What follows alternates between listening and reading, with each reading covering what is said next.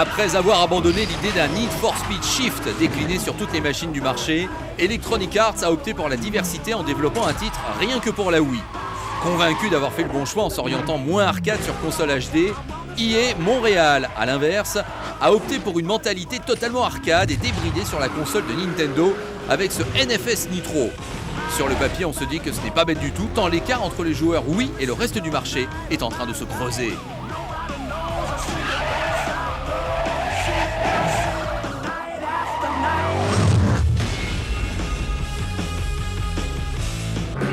Bref, un titre qui sied parfaitement à la console de salon de Nintendo. Pas de tutoriel, pas de phase d'apprentissage, on a toutes les cartes en main dès le premier compte à rebours.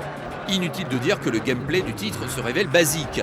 Une touche pour accélérer, une touche pour freiner et drifter, une touche pour le nitro, une touche pour activer les bonus et une touche pour regarder derrière, un peu comme dans n'importe quel jeu de course en somme.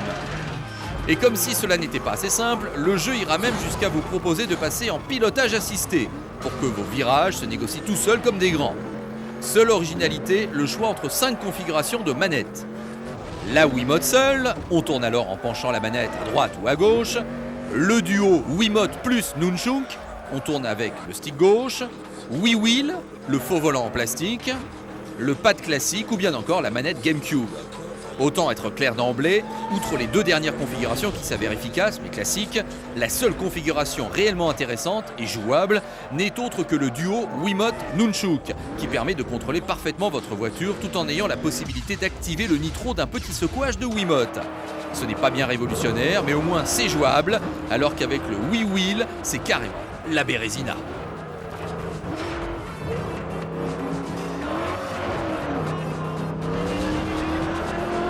On visitera ainsi 5 destinations dans lesquelles on s'adonnera à des épreuves très classiques.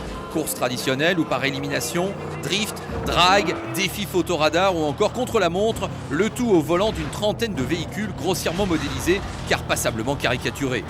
On arrivera malgré tout à reconnaître une Renault 4L, une Coccinelle ou encore une Chevrolet Camaro SS, voire une Zonda. En piste, tout ce petit monde est régi par une même loi, celle de la nitro, d'où le titre, que l'on accumulera dans 2 bonbonnes en roulant à haute vitesse ou en dérapant par exemple. Il suffira ensuite de déclencher une bonbonne ou les 2 à la fois pour gagner en puissance et espérer briguer la première place. Rien de bien nouveau, ni de palpitant, le gameplay très arcade se montrant toutefois assez dynamique. Beaucoup de nitro donc, mais un peu de drift également. Des glissades, malheureusement rigides et peu propices aux combos que l'on nous demande pourtant d'effectuer pour obtenir les fameuses étoiles, indispensables à la poursuite de la progression. Le véritable problème du drift est qu'il a été inclus dans un jeu qui n'a pas été développé pour. Trop rectiligne, les tracés contiennent bien quelques chicanes et virages, mais ceux-ci ne sont pas suffisamment nombreux et corsés pour mettre en avant le drift. Les forces de l'ordre font acte de présence, mais se révèlent totalement inoffensives. Entre bagarres, trouées et vraies fausses tentatives de mettre un terme aux courses, les flics se ridiculisent.